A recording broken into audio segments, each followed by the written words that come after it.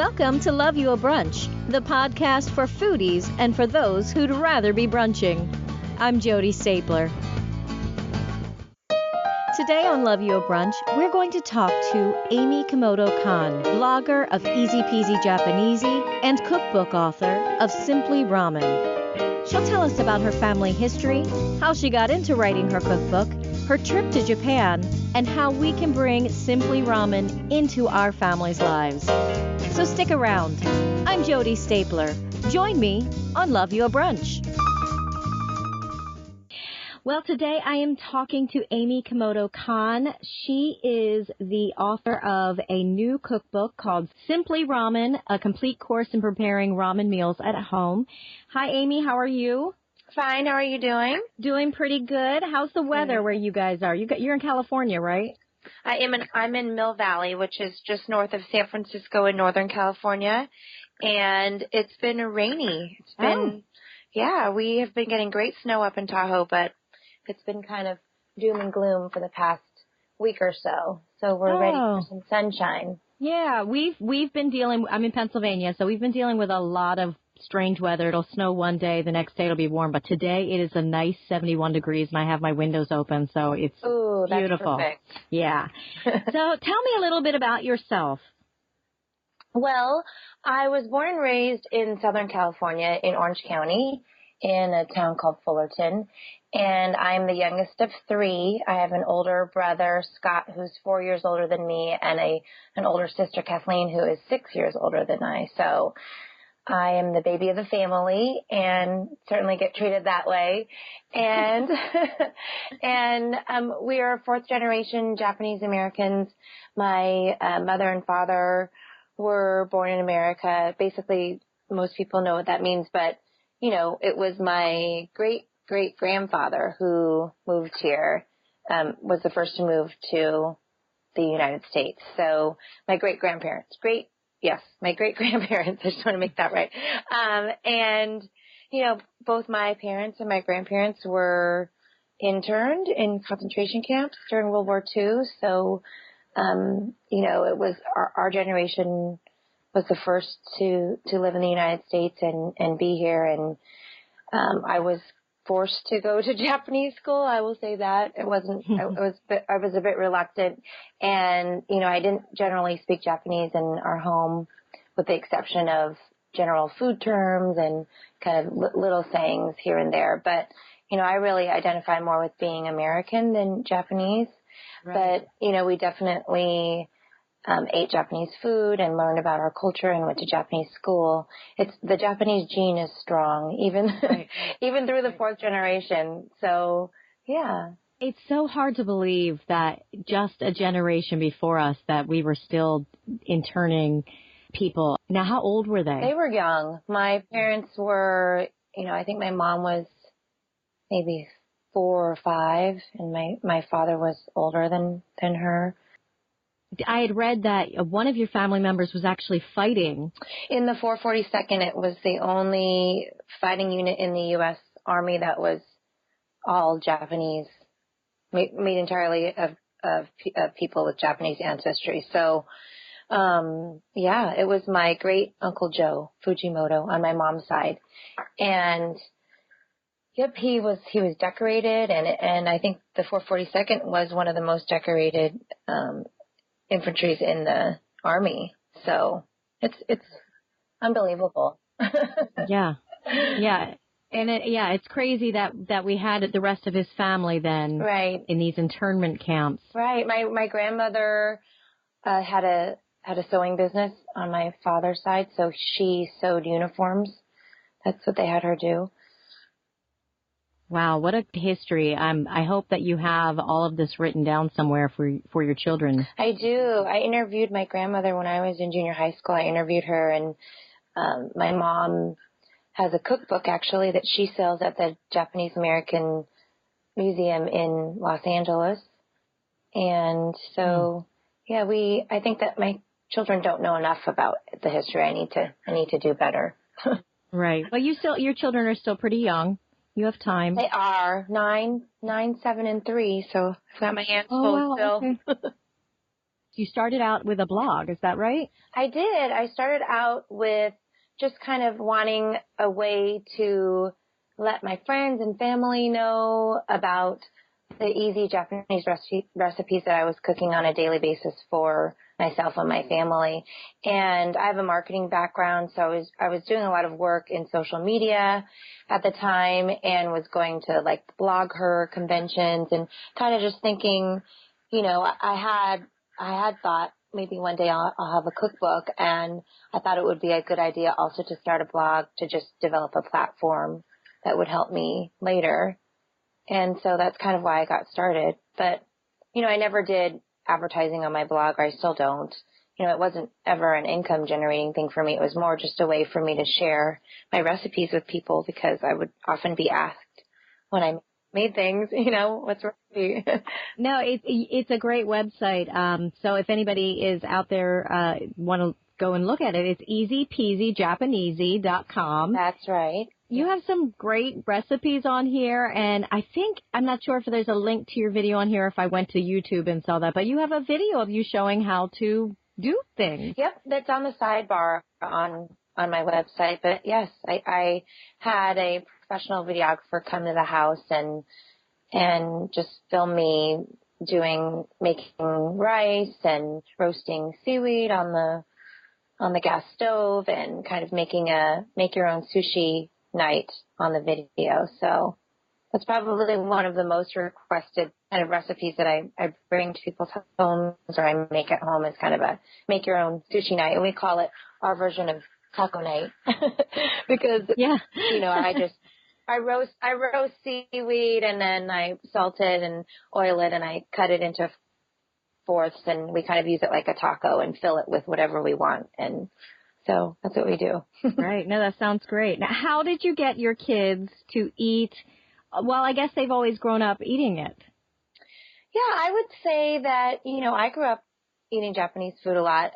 I grew up eating Japanese just as much as I grew up having spaghetti, you know. So for me, it was just kind of part of my overall diet and what I would make for my family. So, you know, they had miso soup when they were really young. They always had rice. They always had seaweed. They always, you know, were trying different basic foods like chicken teriyaki or beef or salmon. And it's just such a healthy cuisine. It's high in protein. It's low in fat. It's normally lightly seasoned. So you're always really getting the true flavor of the food. You know, salmon is rich in omega-3s. You've got your tofu and your seaweed that are super high in protein and antioxidants. So, yeah, I think Japanese cuisine is great for families and for kids that want to try new foods in a way that you can introduce it to them, that they're not going to say, I don't like anything Japanese, because, you know, it could be slow. Most kids like miso soup. Most kids like edamame and rice and chicken. And so, yeah. So tell me about how you got started with your book. So I had always loved to cook. I mean, since my brother and sister were much older than me, I think I felt like I played a lot by myself. And so I used to pretend I had my own cooking show in the backyard. And I would make mud pies, and I would decorate them with flowers, and I would lay them all out on this picnic table we had outside. And in those days, cooking shows were done in a way where there was like a big mirror above the cooking area, and the chefs would like lean their dish or their pan to the mirror so that the audience could see. So that's what I used to do. I used to pretend I had a mirror above me, and I used to tilt my creations for my fake audience. And I was really big into watching Chips, the show Chips. Yes.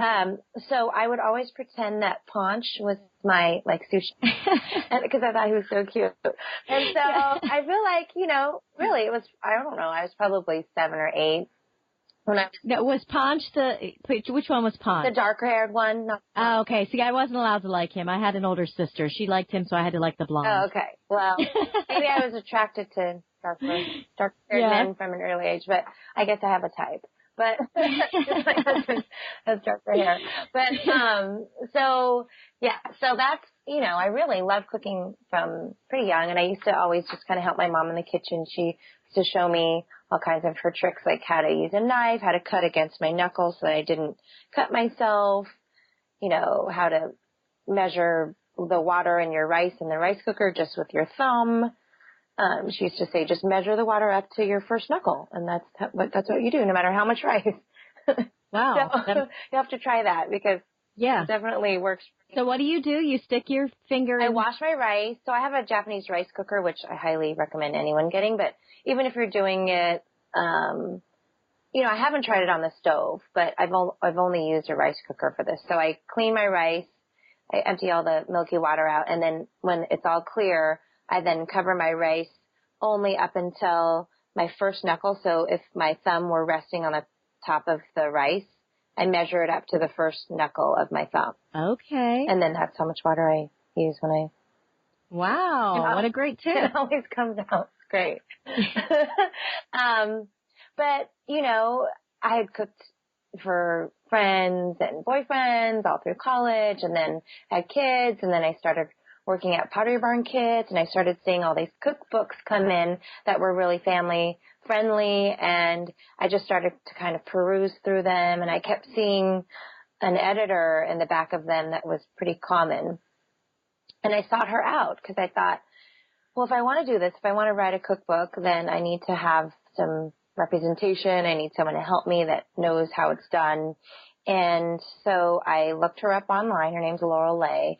And I found her and I cold called her and I somehow convinced her to work with me. I think I probably am her only pro bono account.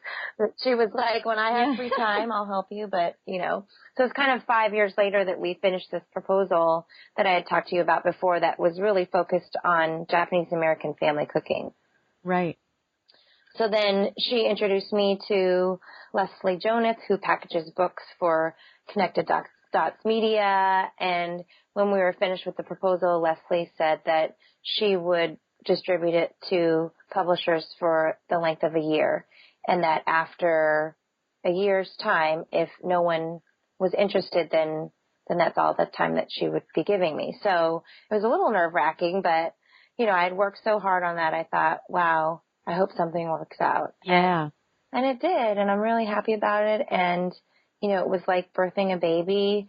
Yeah. I think that my family kind of suffered of it for that year because I definitely had to devote a lot of attention to the book. But I'm glad that it's done, and I'm glad that people are enjoying it and that they're learning more about ramen culture and Japanese cooking and just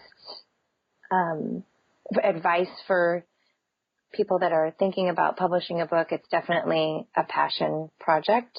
You've probably heard this before. Well, it's awesome that, that goes to show that if you really want something and you go out and you work for it, you can make it happen. And that is a great thing for your daughters to see that, and your son, but especially for girls, to see that, what, mom can do this. And if I have something I want to do, I can follow in her footsteps and do it as well. Definitely. Welcome to Love You a Brunch, the podcast for foodies and for those who'd rather be brunching. I'm Jodi Stapler. Today on Love You a Brunch, we're going to talk to Amy Kimoto-Kahn, blogger of Easy Peasy Japanesey and cookbook author of Simply Ramen. She'll tell us about her family history, how she got into writing her cookbook, her trip to Japan, and how we can bring Simply Ramen into our families' lives. So stick around. I'm Jodi Stapler. Join me on Love You a Brunch. Now, the cookbook that you wrote is ramen noodles. Now, how difficult is that to do? Well, I think in studying ramen and ramen culture, to do it properly is probably not easy. And so that was my whole reason for writing the book, because my original proposal actually that I had given to my agent, who then gave it to the publishers to look at, was for Easy Peasy Japanesey. It was a cookbook about Japanese American family favorite recipes that I could share. And you know, the publisher that came back, Race Point, asked me if I would be willing to write a book on ramen instead. And so I thought, well, okay, I'll do that, but I need to really study it and learn more about it and go to ramen school before I can feel confident enough to write a cookbook about it. And in studying, you know, I found out it's very complicated. Although, you know, you look and you see it's a bowl of broth and noodles and toppings, it's pretty well orchestrated, the way that those components come together, and each component can be difficult to make. So when I was asked to write a book on ramen, I still wanted to have my easy peasy take on it. And I wanted to give my own original style of ramen in a way that was more accessible to the everyday cook, and that kind of sparked people's curiosity about ramen so that they could go out and seek their own favorite place to go get ramen. I think real ramen enthusiasts probably wouldn't make a lot of ramen at home. They would probably go find a ramen ya, that they're called, and really eat ramen in that way. But this was more of my take on ramen in a simple way, and I wanted people to just be curious about ramen and learn more about it and learn more about Japanese culture in general. Right. And cuisine. And so that was really my reasoning for writing the book. I'm not an Ivan Orkin. I'm not a David Chang. I'm not a, you know. Yeah. I'm not comparing myself to them at all. I'm saying that this is kind of my way for people to learn more about it. Definitely. Now, in your studying, you were able to take a trip to Japan. I took a trip to Japan, and prior to, I made contact with a very popular and well-known blogger there in Tokyo, and his name is Brian McDuxton. He has a blog site called ramenadventures.com, and so he set up a tour of Tokyo to some of the best places in town, and it was the most incredible experience. It just was really opened me up to different types of ramen and to different styles of how it's served in Japan, and the culture of how you eat it, how you order it. You know, in Japan, in most ramen places, they're very minimal seating, and you have almost like a vending machine where you grab a ticket before you go in. So there's really great ramen places. There's always a line. And then when you get towards the front, you order your ramen in this like machine, and you get a ticket, and then that ticket is what eventually you'll take up to the chef that is going to be where your seat is. And then you give them that ticket, and then they make your ramen and they pass it to you, and you eat it very quickly. For a number of reasons, you want to eat it when it's very hot, but you also want to eat it and then leave, and then be polite enough to not overstay your welcome and let the next person come in and have their bowl. Right. So you can go from extremes like that to there are places where you can sit down and be served and take a little bit more of your time. But in most places in Japan, you know, you're eating it in that way. I would love for them to bring those vending machines over to the United States, but yeah, I think we're too used to kind of sitting down and taking our time and not being rushed out. Right. What a great experience, though. It was great not only to discover what good ramen tastes like in a place where it's, you know, where it is the best, but it also just helped me to really be appreciative of my culture and my ancestral homeland. And it's just such a civilized society, Japan, and places that I visited. They have such respect for others and a really high regard for what other people think. They're very conscious of, you know, you don't hear loud outbursts of yelling or screaming or honking, or, you know, there's not one bit of trash on any street. You don't see one piece of trash anywhere, yet there are no trash cans. Oh my gosh. So people, I think, are putting their trash in their backpack, or, right. And as a tourist, I thought, I don't want to be the one that's, you know, going to start this. I mean, you're conscious of it too when you're there, and they're just real rule followers, which makes everything function and work very efficiently. Yeah. You know, you wouldn't step off the curb until you saw a green light. And so Shibuya Crossing, which is this really great crossing intersection in Tokyo. It's known because it has like 6 different directions coming together at once. I think the reason why it's so cool to look at is because no one has stepped off the curb until the light turns green. And then when it turns green, you just see this sea of people crossing this huge intersection. And I think, there's a reason why a Japanese chef will make the world's best macaron or the world's best Neapolitan pizza, and they'll win contests in Paris and Italy because they dedicate their lives to honing one craft and being the best at one thing. And that's how I felt when I was there. I thought, gosh, how can I write this cookbook on ramen and be proud of it when I am really just learning about it and I haven't dedicated my life to it? But it's that work ethic and that dedication that I think made me do as much research as I could and make it the best book that I could, given that I wouldn't consider myself an expert. No, that's great. Now I understand. Awesome trip. Yeah, and I think that it's just made me really proud to be Japanese.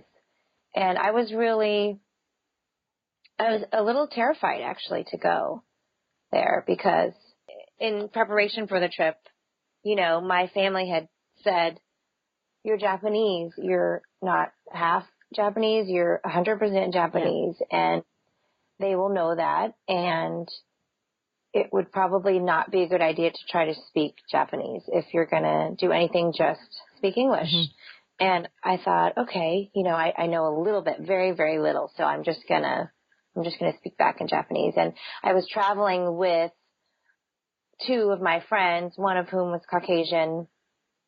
Her name's Margaret, and the other one, Andy, who is my photographer, and she's Chinese. And so, it was, I think, endearing for them to try to speak.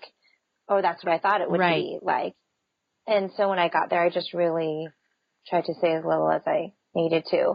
But throughout the trip, I kind of started understanding more and sometimes felt like I could say things and would tell people,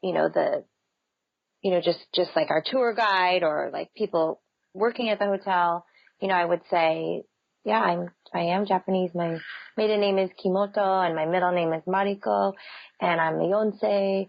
And they really appreciated that. They actually, I felt like took me under their wing a bit, and I could hear them introducing me to other colleagues and saying I was Yonsei and saying that I was Japanese. So that made me feel great that I wasn't kind of shunned because I was so removed from being Japanese. I was actually I felt like taken under their wings. Yeah. What was the school like?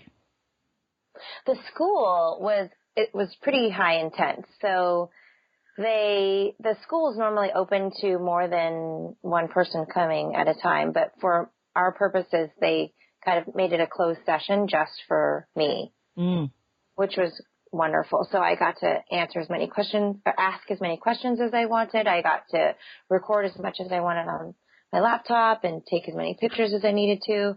So it was really such a learning experience for discovering what makes ramen so complex and why is it not just noodles and broth and toppings. It was an education that I feel like obviously really helped me to write the book. It helped me feel that I could be seen as more credible, and there's just so much more to learn. Yeah. I think that most people that are ramen enthusiasts know that it's always like a learning process. Yeah. Now, did your friends get to take the class as well?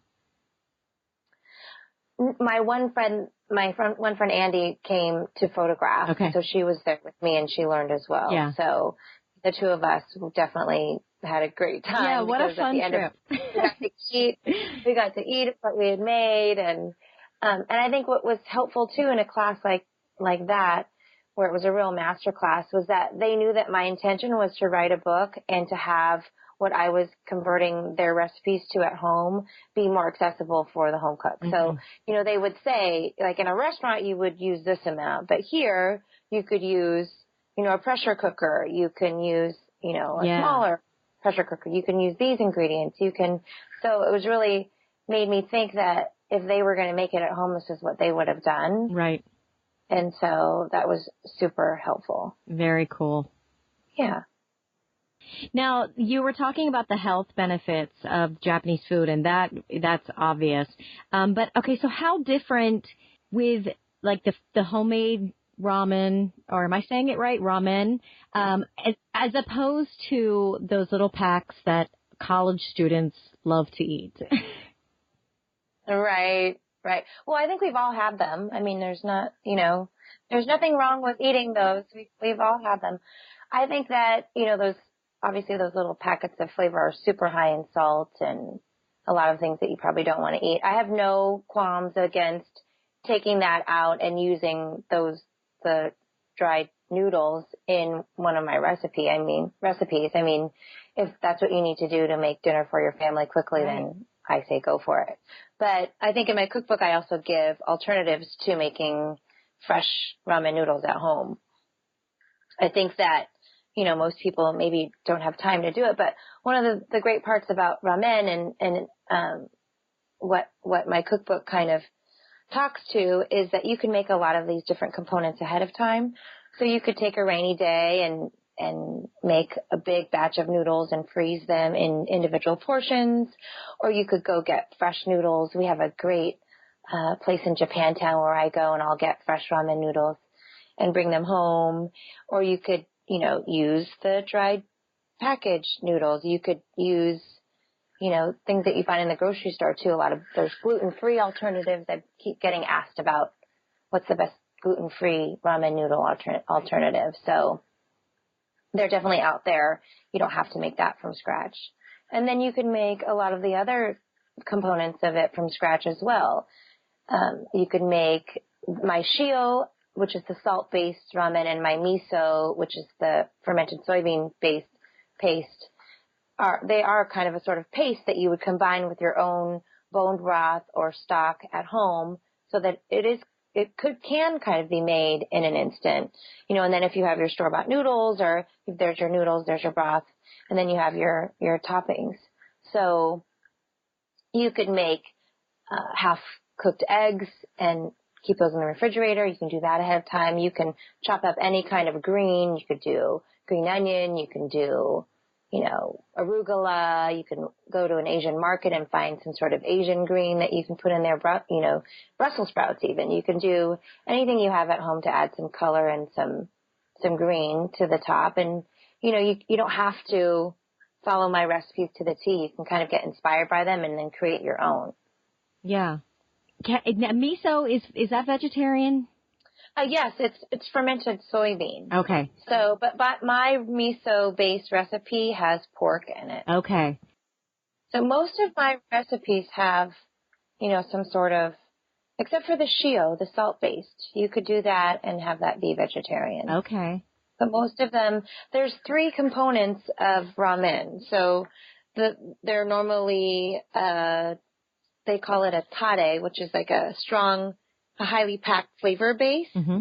And then you have your stock, which is what the tare is. You add the stock to the tare. And then you also have a fat. So something that's kind of balancing everything out and makes everything a bit more mild. Right. So as long as you have those 3 components, you have your ramen. And if you can make your stock ahead of time, and you can make your tare, which is in the shoyu, which is the soy sauce base, the shio, which is the salt base, and the miso, which is the fermented soybean base. As long as you have that, and then you have your fat, which in my recipes I've combined. So in all of my recipes, I've kind of taken some shortcuts. Mm-hmm. So I put the fat into the base, and I put the fat into the shoyu that I cook in a slow cooker.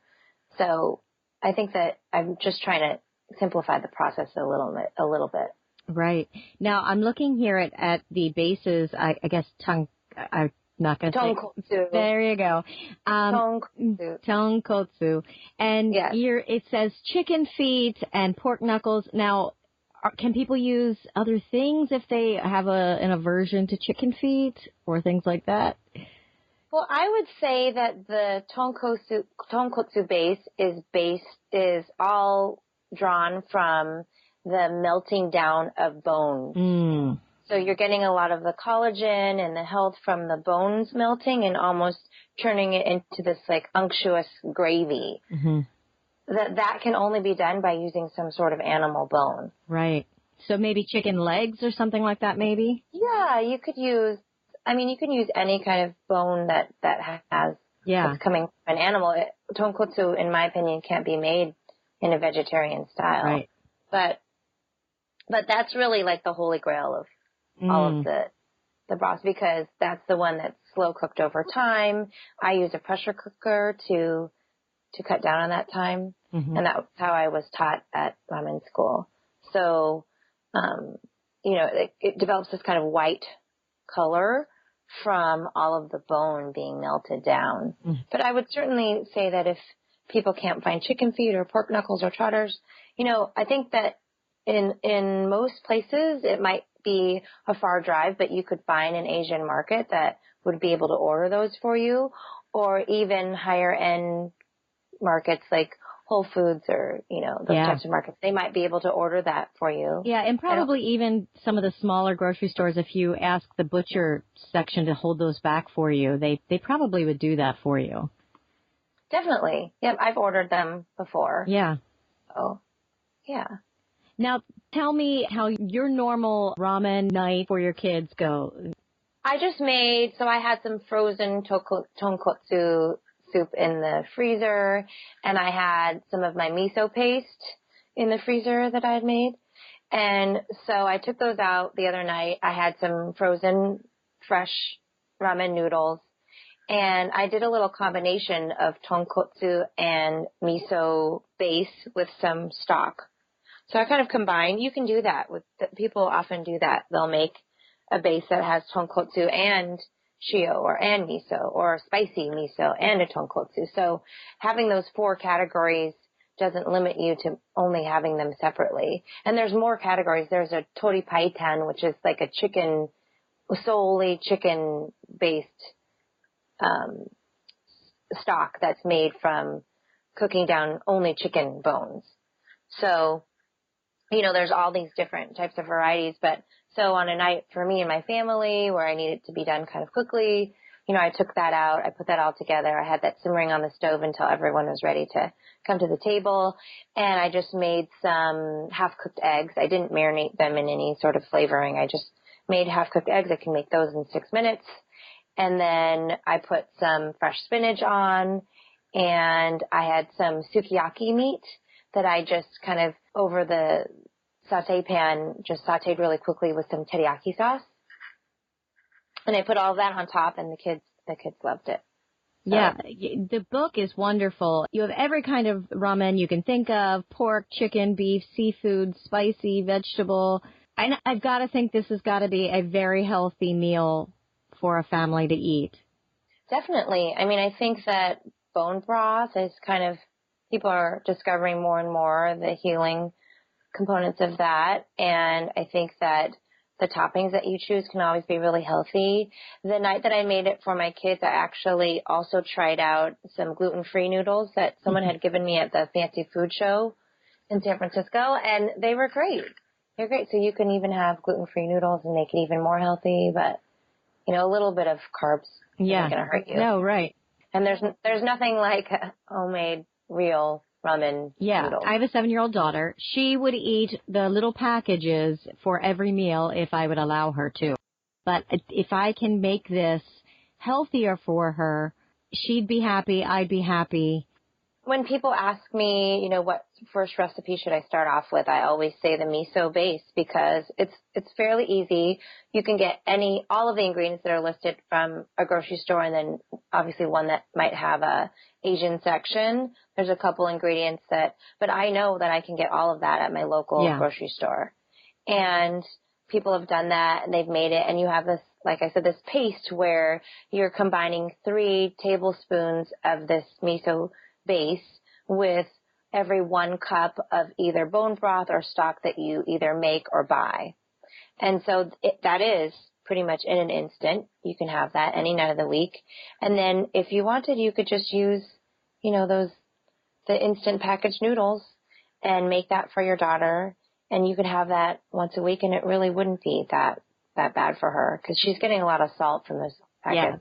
Yeah. And then you can add other things that she likes. I mean, you don't have to even follow my recipes. You could say, do you want chicken on it tonight? Or pick a protein, pick a veggie, you know? No, it's a great idea. And she can just make her own and she'll eat it because she's chosen all the ingredients. Right. No, I do like that idea. You know, I get to talk to so many different styles of chefs and different cookbooks. So just this week, I've spoken to a whole grain person. I've talked to someone who wrote a Korean cookbook, and now today you with the Japanese. And so it really does remind someone that, you know, when we stick with just the standards, it gets so boring. If we could have a night here and there where we just do Japanese or just do Korean, how much more interesting would our lives be? Definitely. It's variety is the spice of life. And I think that any family that has any ancestral roots in any other country, which most people do, right, you know, that they have the opportunity to introduce those foods to their kids from a real early age so that they don't look at them as weird or different, and they're willing to try them. And I think the more we introduce our cultural heritage to our children, the more it will then become mainstream. You know, for instance, I make my own crispy seaweed or nori that my kids will eat like potato chips.